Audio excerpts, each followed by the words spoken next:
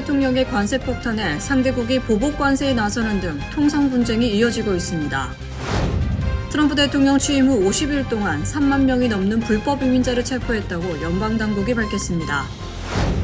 친팔레스타인 시위로 체포된 컬럼비아 대학원생 추방 움직임과 관련 오늘 트럼프 타워 앞 시위가 이어졌습니다. 대낮 공원에서 한 60대 남성을 총으로 살해한 용의자가 한인 남매로 밝혀져 충격을 주고 있습니다. 한국 국회에서 재외선거 우편 투표 및 전자투표 선거법 개정안이 발의됐습니다. 뉴욕 롱아일랜드에서 12개월 미만 영아가 홍역 확진을 받아 보건당국의 비상이 걸렸습니다.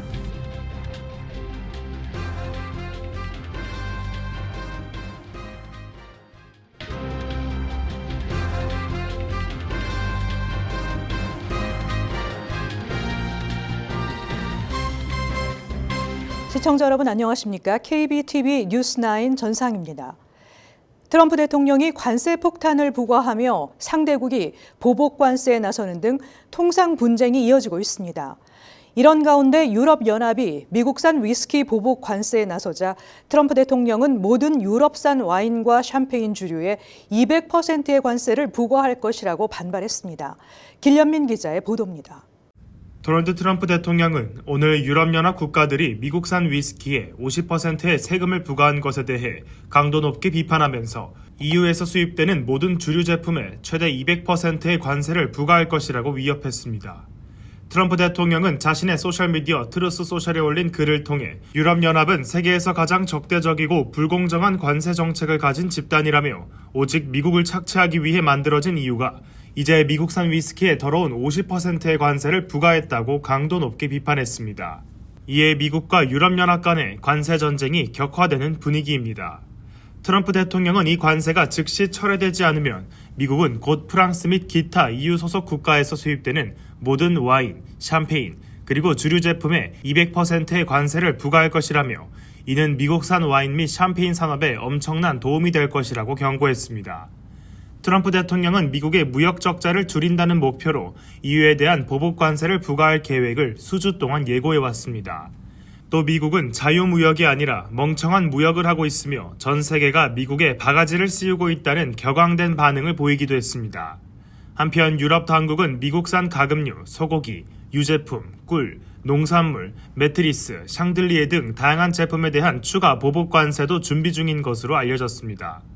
우르즐라 본데어 라이엔 유럽연합 집행위원장은 성명을 내고 미국을 상대로 이 조치에 나서게 된 것을 깊이 유감스럽게 생각한다며 관세는 세금이며 이는 기업에 악영향을 미칠 뿐만 아니라 소비자들에게는 더욱 해롭다고 말했습니다.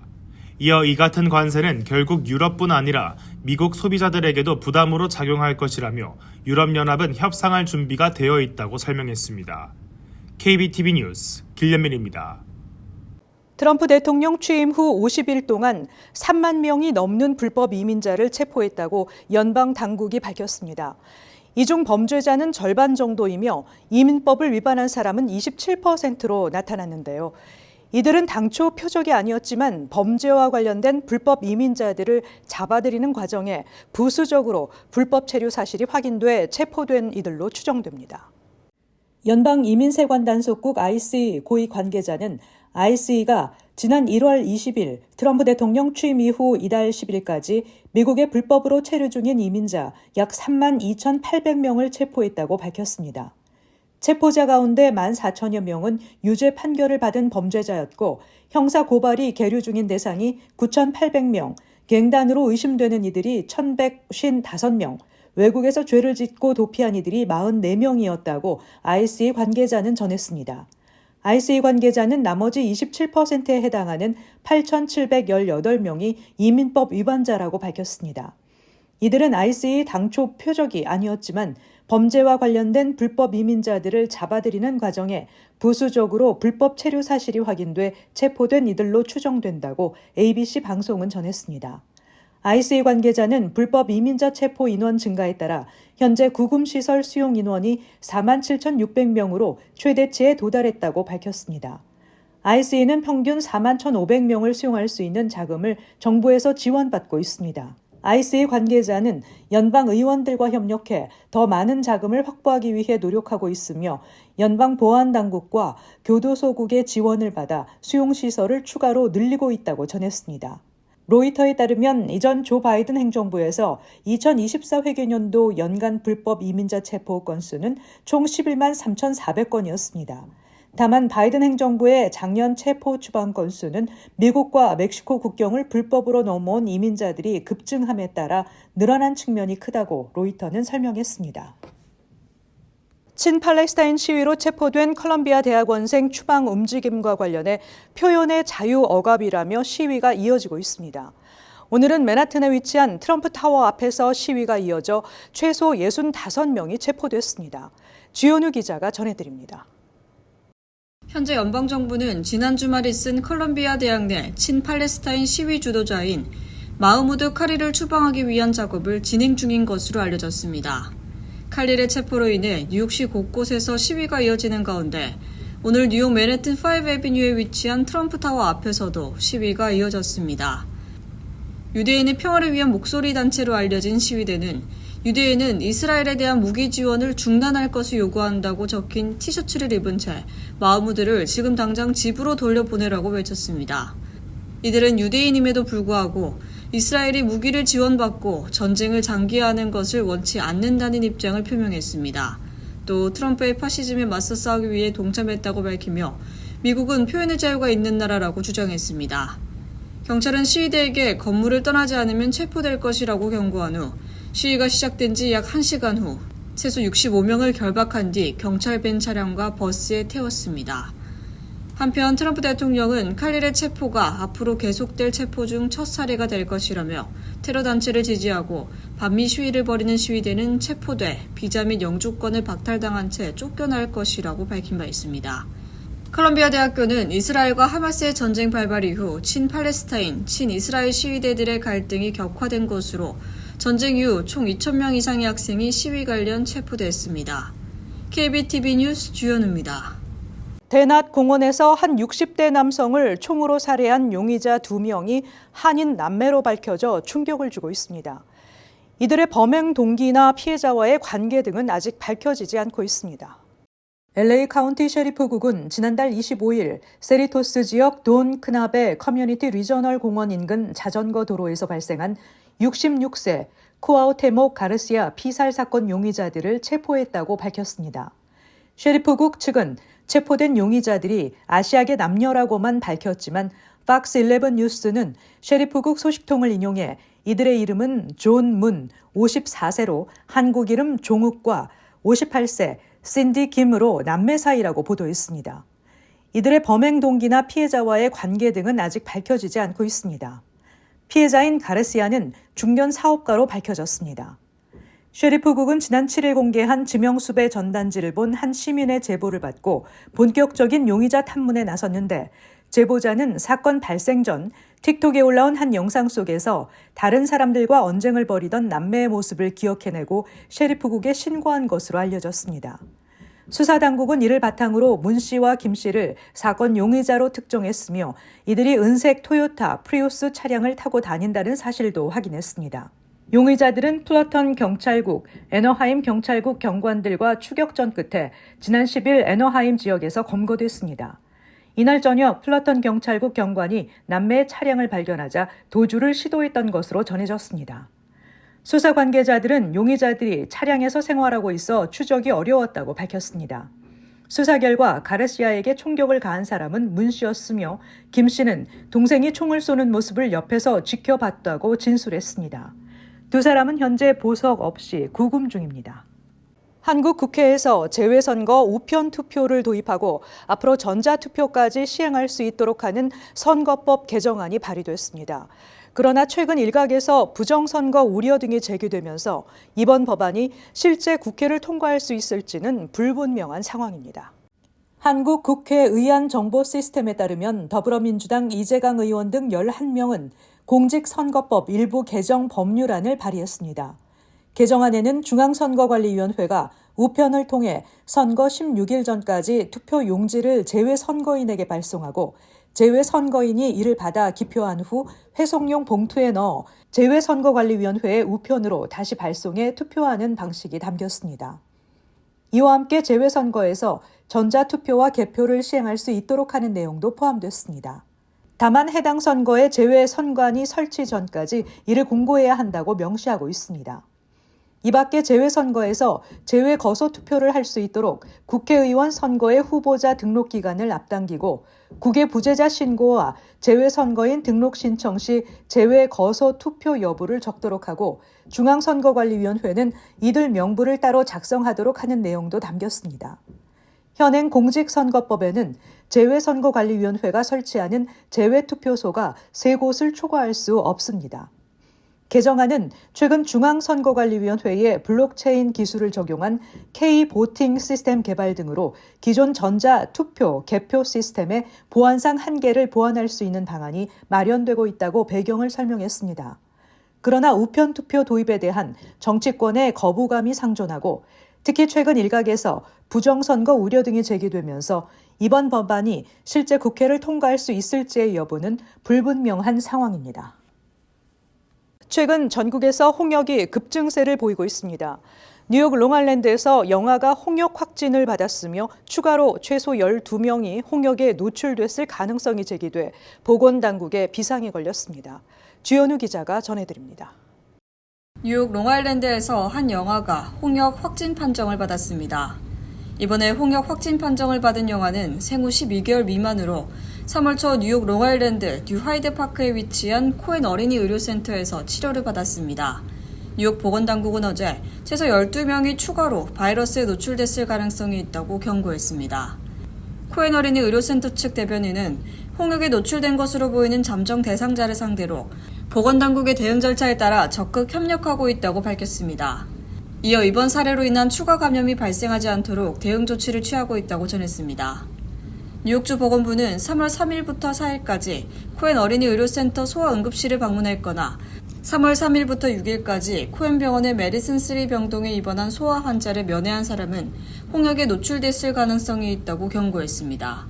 그렉슨 피곳 롱아일랜드 서포 카운티 보건국장은 홍역에 걸린 영아가 아직 나이가 어려 홍역, 볼거리, 풍진을 예방하는 MMR 백신을 접종할 수 없었다고 설명했습니다. 홍역 확진 판정을 받은 해당 영아는 여행 중에 홍역에 감염된 것으로 추정됩니다. 영아 홍역 확진 판정은 올 들어 현재까지 뉴욕주 내에서 뉴욕시를 제외한 지역에서 보고된 첫 번째 홍역 감염 사례이며 지난 2월 말 뉴욕시에서도 2건의 홍역 확진 사례가 확인된 바 있습니다. KBTV 뉴스 주현우입니다. 시민참여센터가 뉴저지 해켄색 버겐카운티 위안부 기린비 건립 12주년 행사를 열었습니다. 버겐카운티 법원 앞에 위치한 위안부 기린비는 지난 2013년 세계 여성의 날인 3월 8일에 세워졌습니다. 시민참여센터 직원과 이사, 관계자 등은 12년 전 버겐카운티 기린비 건립 과정과 여성 인권 보호 의미를 되새겼습니다. 이들은 미주 한인들이 2007년 위안부 결의안에 이어 지역에서도 위안부 피해자들의 명예를 회복하기 위해 활동한 것에 감사하고 또다시 그런 역사가 되풀이되지 않도록 모든 인류가 지속적으로 역사를 기록하고 가해국인 일본의 사죄와 반성 그리고 그들의 역사에 기록하고 가르치도록 하는 활동을 할 것을 다짐했습니다. 카지노 설립에 도전하는 매츠 구단주가 입찰 경쟁에 뛰어든 경쟁업체 중 처음으로 토지 사용 허가를 얻어냈습니다. 뉴욕시 의회는 본회의를 열고 시리필드 서쪽 주차장을 카지노 단지로 개발할 수 있는 토지 사용 허가를 승인했습니다. 퀸즈의 미래지도 변경 및 수정이라는 이름이 붙은 허가에 따르면 시리필드는 20에이커 80억 달러 규모의 주차장을 푸드홀, 음악홀, 호텔, 컨벤션 공간, 공원 등이 포함된 카지노 단지로 개발할 수 있습니다. 크레인스 뉴욕은 코헨이 토지 사용 허가를 얻어내기 위해 로비에 박차를 가했고 그 결과 다른 입찰 경쟁자들보다도 먼저 토지 사용 허가를 얻어내는 데 의미가 있다고 평가했습니다. 어제 오전 뉴저지 레오니아 그랜드 애비뉴와 포트리 로드에서 한 버스가 레오니아의 사무실 건물에 충돌했습니다. 경찰에 따르면 버스 운전자는 학생이었으며 버스를 회전하면서 통제력을 잃은 것 같다고 전했습니다. 버스는 폐쇄된 사업장인 키친 앤드 스톤 오브 레오니아의 옆면을 들이받았고 나무를 쓰러뜨렸습니다. 레오니아 그랜드 애비뉴와 포트리 로드 경찰은 버스에 학생 운전자와 강사가 타고 있었고 승객은 없었다고 밝혔습니다. 사고 당시 건물은 비어 있었고 사람이 없었습니다. 부상자는 보고되지 않았습니다. 오늘 오전 어퍼 웨스트사이드에서 발생한 화재로 여성 1명이 사망하고 다른 1명이 중태에 빠졌습니다. 화재는 암스테르담 컬럼버스 애비뉴 사이 73가에 있는 14층 아파트에서 발생했습니다. 소방관 78명과 응급의료 인력을 포함한 20개 부대가 현장에 출동해 화재는 오전 4시 직후 진압됐습니다. 이 아파트에서 가정간병인으로 일한 것으로 추정되는 41세 여성이 마운트 사이나이 웨스트 병원에서 사망했고 77세 여성은 중태로 화상치료실로 급히 이송됐습니다. 화재는 전기로 인한 것으로 보이며 주방기구에서 시작됐을 수도 있지만 아직 화재 원인을 조사 중입니다. 잠시 후 커뮤니티 브리핑을 전해드립니다.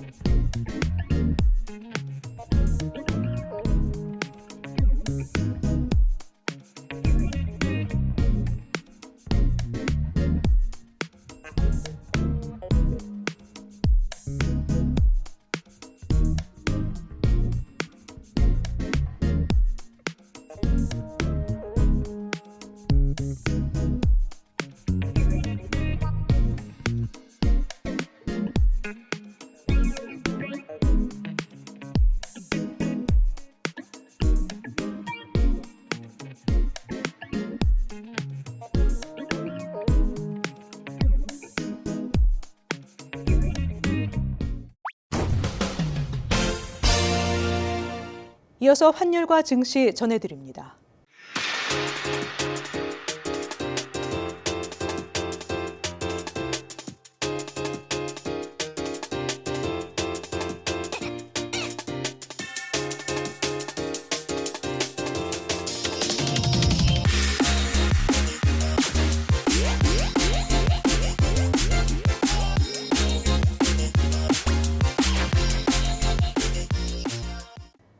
잠시 후 뉴욕과 뉴저지 날씨 전해드립니다.